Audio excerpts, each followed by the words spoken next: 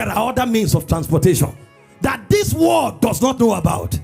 Because I am not of this world. You know, when he stood before the king, he said, before God whom I stand. So the guy knew where he was living from.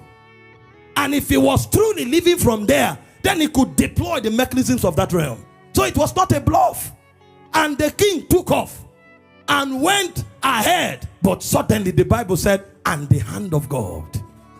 So you either ride by chariot or you ride by the hand of God. So the hand of God is an instrument of transport. How come all we have are aircrafts? How come all we brag about are vehicles? You see a believer, he's carrying his shoulders. I have a Maybach, I have a G-Wagon. How about the hand of God?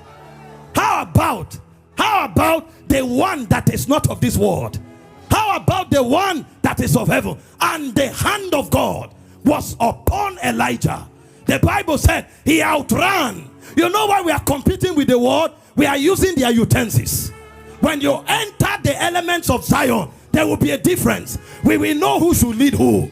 See, there is no point of competing with the world. We have a superior dimension. He said, and the hand of the Lord was upon Elijah. He outran the chariots of Ahab, even unto the gates of Jezreel.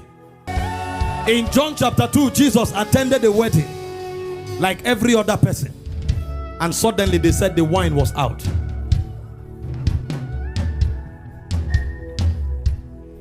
Then men became stranded. Because earthlings either brew wine or they buy wine. Now these two options were not possible. What do you do? And Jesus turned to the one that came from, the mother turned to the one that came from heaven. I know where you came from.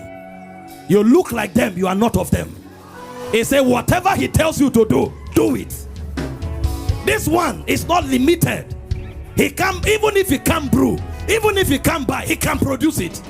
And Jesus said, but you know this realm is regulated by moments. I'm waiting for the movements. It has not yet come. But he said that realm has dominion. Even when the movement has not happened, there is dominion in that realm. And Jesus said, fill the water pots with jar. Men call it water pot. But in the realm where we come from, whatever we call it, that is what it is. And when they filled it up, he didn't pray. He said, fetch from it, take it to the governor. And when they took it there, what we heard was an exclamation. Others served the best wine first, but you kept the best for the last. When you come from Zion, there will always be a difference. They don't need to tell you where it came from. You will know by discernment that this one is not from here.